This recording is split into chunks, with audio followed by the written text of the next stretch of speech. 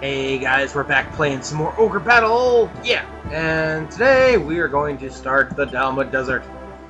Dun dun dun, the assassin. Basically, the stage is a desert. And it's pretty big. I mean, just look at the size of that map. The enemies around here are 19 to 20, so let's see who's gonna do some fighting this time. I think Lons is 18. Osborne on level 18. Place him there. So we use Lons, Osborne, and Lisa, why not? As well as the super power units. Basically what I did was I took Lons' monk out of his unit, and I had, I formed a unit with just that class. They went to a random town, it doesn't matter which one, and they recruit, and each, class that can be a unit leader has different things they can recruit.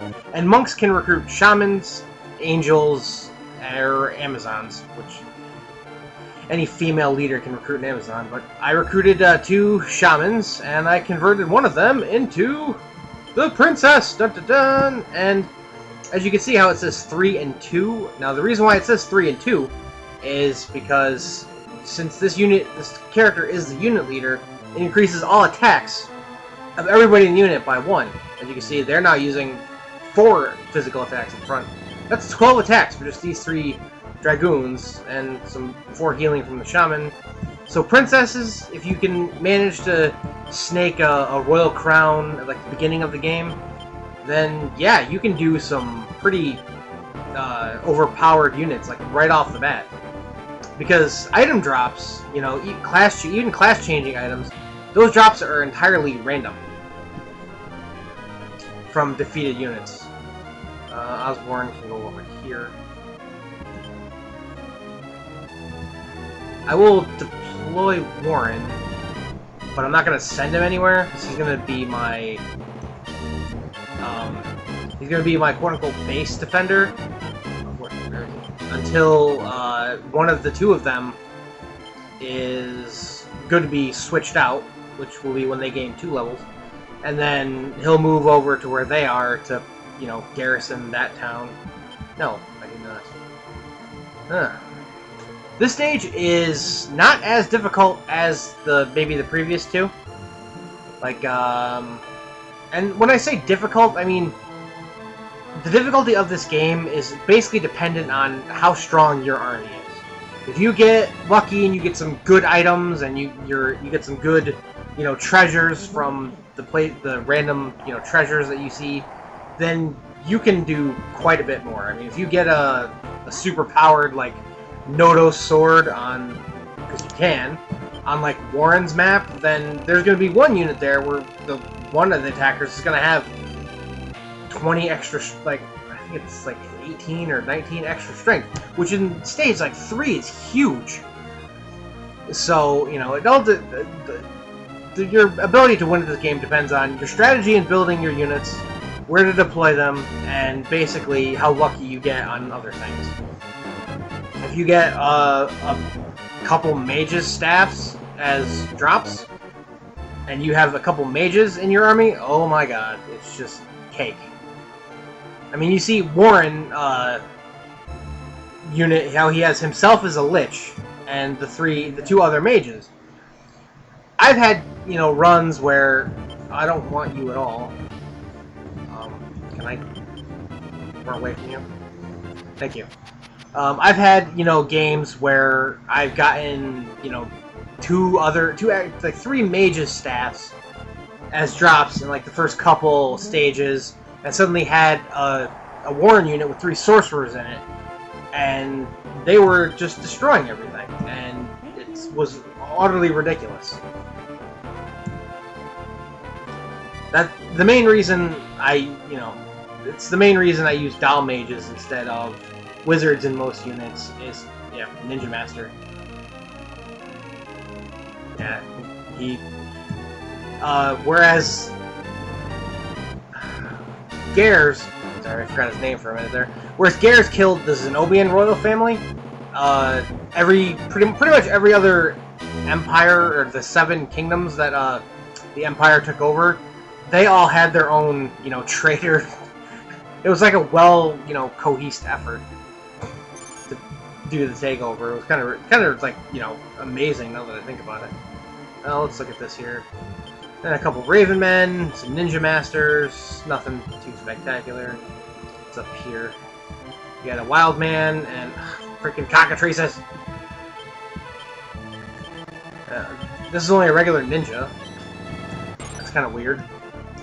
But yeah, the difficulty of this game is also somewhat dependent on what state. The difficulty of the stages depends on like who the boss is. Like killing the Gemini twins is not easy. I made it look easy because I had a unit that's ridiculously overpowered, but like this boss, Porkion, he's gonna be literally like a a literal walk in the park. I'm gonna walk up to him, throw some sand at him or something. Oh, Lord. Ow. Okay, you guys can hit them, you know, they're only... I may, in fact, lose this battle. Spending all this time talking about strategy and how easy this game could be, and here I am, about to lose another battle. Ninjas in this game, they get a bad reputation for being, like, crap. But in reality, they're actually fairly strong. And what I mean fairly strong is since they're, like, low alignment units, they tend to be, you know, a higher level than whatever they're facing, and they can do, you know, 30 damage each. And Ninja, as a class, always attacks a third time. Whereas, you know, Knights and Samurai have to progress up to their final job change to be able to attack that third time. Once you're a ninja, you're attacking 3 times in the front row no matter what. The only thing that changes between a ninja and a ninja master is you lose 1 spell and gain the area spell. Which, the area spells are okay. Like, ninjas don't have a great intelligence growth. I don't know how that guy's doing so much freaking damage, but... Can we go? Go, clear. Oh, you jerk. Damn it. I knew that was coming. Well, there went that. And he didn't even get an attack off either, so he was basically wasted space. Now I might lose. The one thing I don't like, the one thing I really hate about my characters dying. I mean, I don't mind if they die, because, you know, obviously no army's perfect, and no one's gonna stay alive all the time, but the thing that annoys me is that when you die, you don't gain any experience for the battle at all. So, like... Oh my god. See, like, they all leveled up except that guy, because, well, he's dead.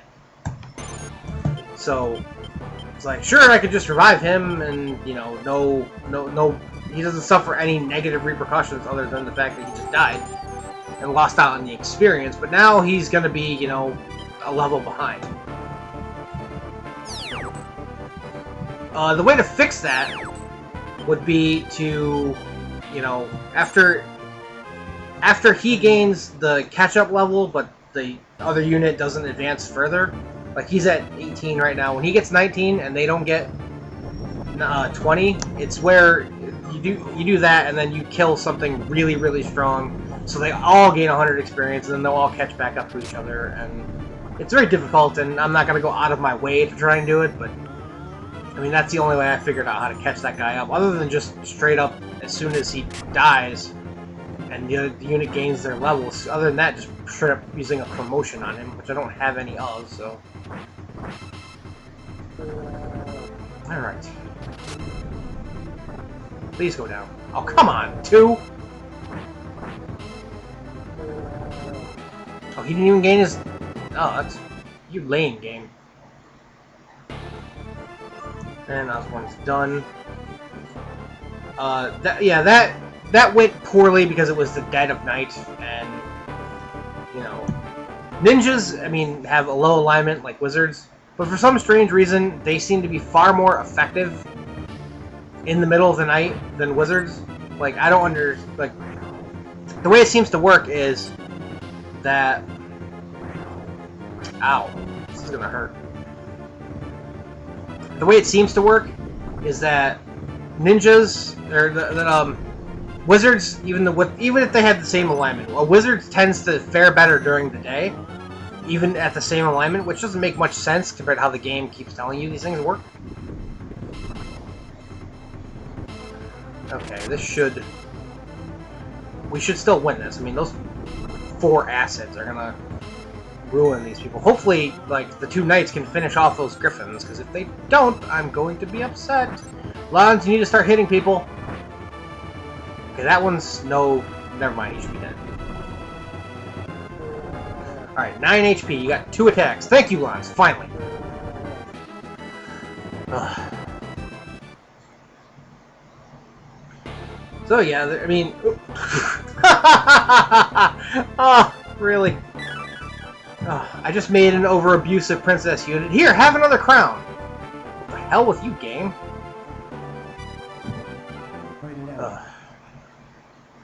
I'll probably use the Dragoon unit to defeat the boss, because this stage requires no special character. And really, I could probably send... Oh, are you serious?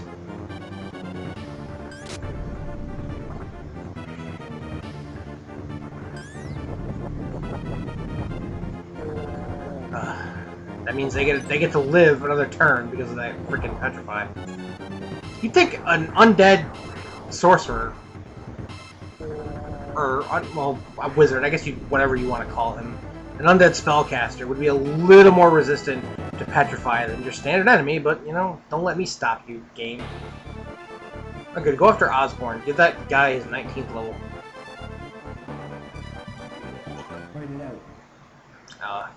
At this point, I'm in no concern for any of my unit levels.